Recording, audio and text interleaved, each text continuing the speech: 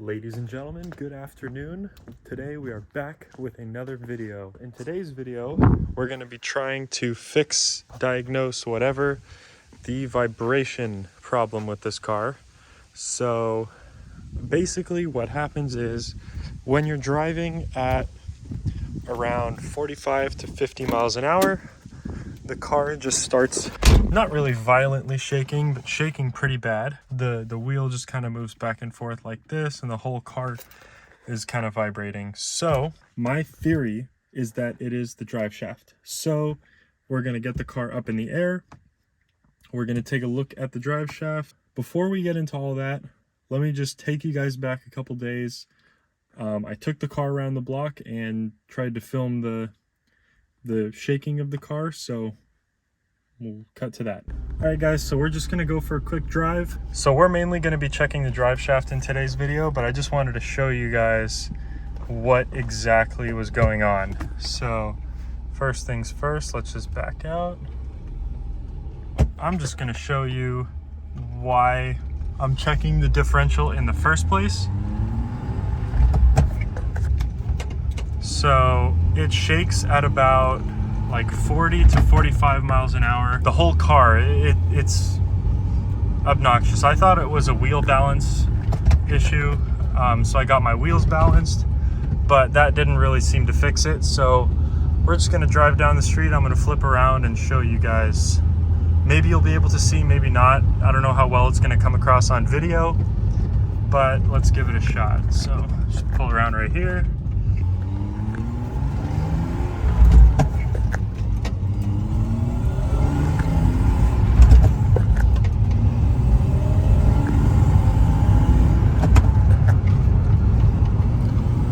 All right, so there's the wheel shaking a little bit. I don't know, you can't really tell on the video.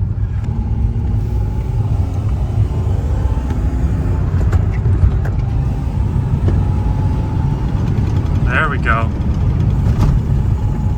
Yeah, the whole car is just shaking. So, with that being said, let's jack this car up and take a look under it. Now, just because my car is so low, I do have to take the front bumper off in order to jack it up. So I'm just gonna move it back a little bit just to give myself more room in the front to work with.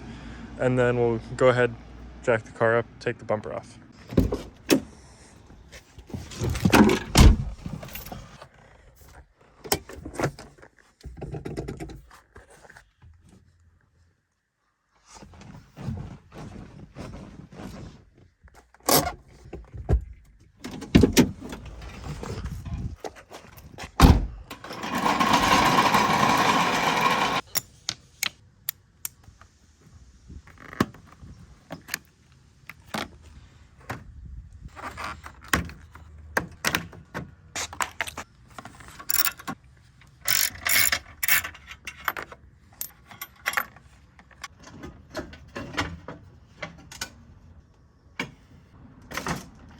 All right, cool.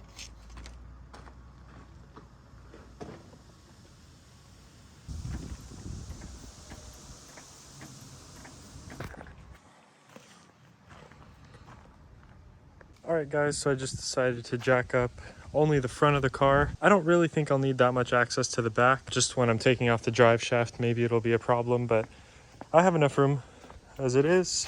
I just put the wheel ramps to keep myself safe and jack stands under the car on the frame rails. So first step is going to be to take off the exhaust, and then that's going to give us proper access to the drive shaft right there.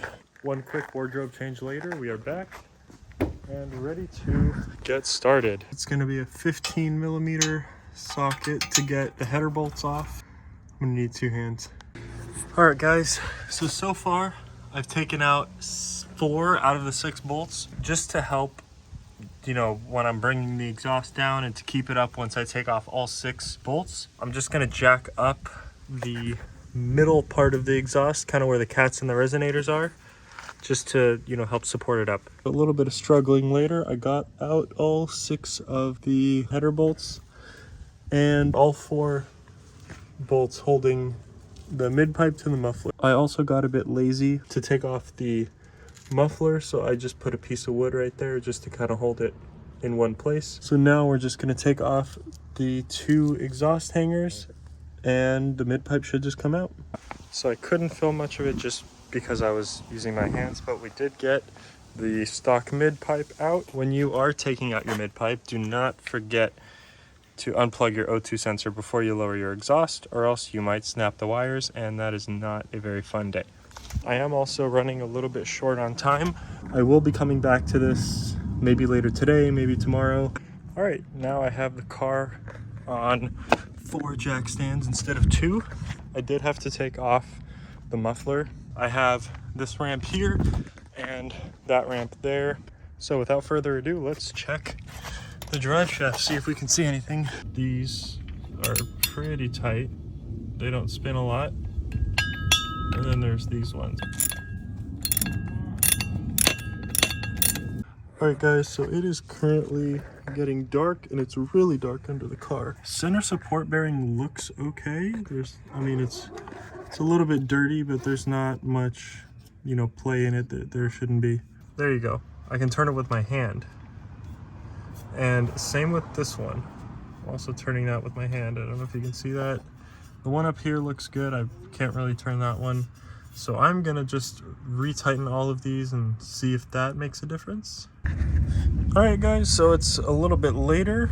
I did tighten up all 6 of the drive shaft bolts to the transmission. It should be good. I retightened the center support bearing, retightened this, so I'm just gonna toss the mid pipe back on, not the full exhaust and the muffler and everything. I am also going to run my reverse light sensor down from up here to down over here. I don't want to cut my harness, so I just cut the reverse light sensor off of another E36. Basically, it's just going to be this one connector right here. I already cut it, like I said. I'm going to take that side and run it up that hole right there, and then I'm just going to plug this into the connector right here. Now it's completely plugged in. That's what we're going to run up right there. I'm just going to leave this here for the time being, and I will deal with it at another time. All right guys, so I put the mid pipe, slid it under the car. I just need to get this on the other side of the jack stand, and then I'm going to go get my jack and lift the exhaust up and try and mount it in place. It's a little bit hard to see, but the car is back on the ground and without an exhaust. All right guys, so it's been quite a bit of time since the last clip, but I just wanted to address the wheel situation on my car. As you know, the drive shaft didn't really have any problems.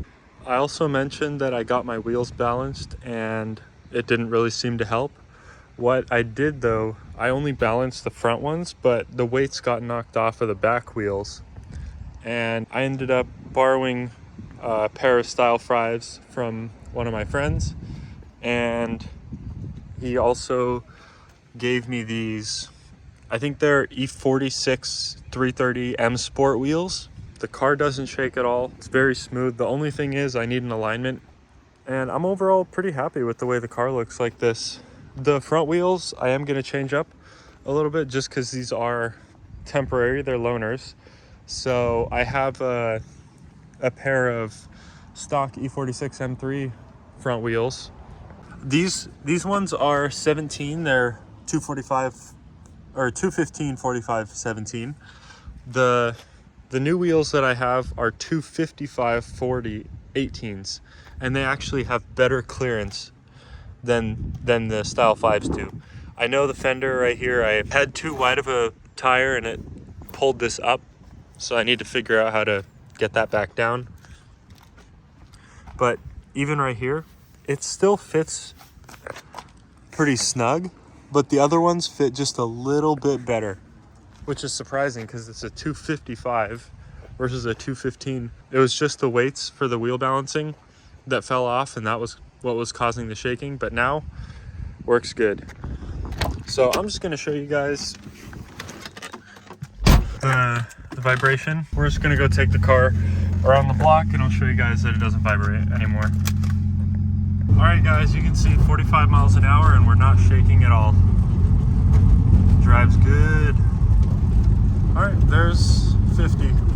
No shaking at all.